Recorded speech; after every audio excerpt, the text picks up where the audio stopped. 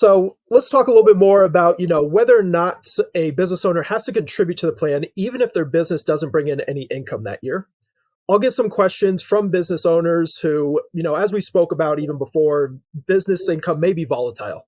So in that instance, when a business just doesn't make any money, does a business owner still have to contribute toward the plan?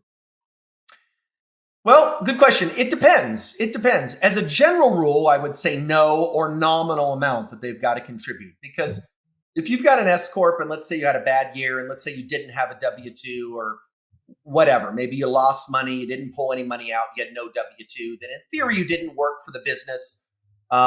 You wouldn't accrue a pay credit. You're probably working less than 1,000 hours, so you generally won't earn a pay credit. So what that means is, you, the individual, haven't earned a pay credit. So that's not putting pressure on the funding of the plan. So as a general rule, I would say you might not have to. Mm-hmm. However, we've talked a lot about these plans, in other videos where we've talked about, these are permanent plans, and what you fund one year affects another year. And so you could find a situation where you had high assets in a plan. You lost a lot of money. We try to advise people to keep their plan, their plan asset returns, 5% give or take. What if you had, $1 million in the plan and you lost 30% in 1 year? So now it went down to $700,000.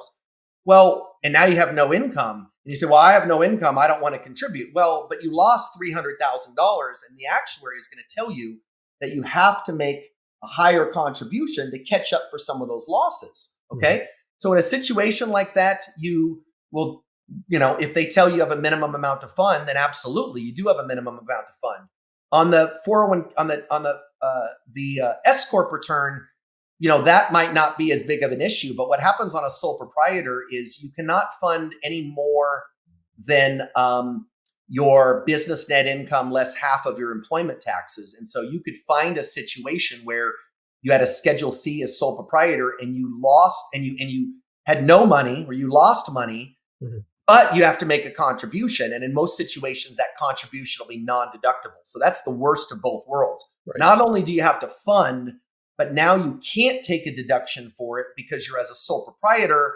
And it's all because you didn't manage your numbers right. You didn't manage your funding right and things mm-hmm. like that. So if you set it up correctly, if you fund at the appropriate amount, you could also, have your plan way overfunded, which is going to be great in a down year, assuming your income is going to turn around.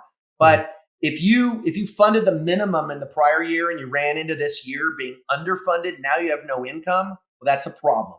So you'd want to communicate with us. Hey guys, I can't make the minimum this year, or excuse me, I'm going to make the minimum, but next year I'm not sure. And, is that going to impact me? I'm going to have a down year. And the answer would be absolutely. If it rolls into another year, it could be a problem.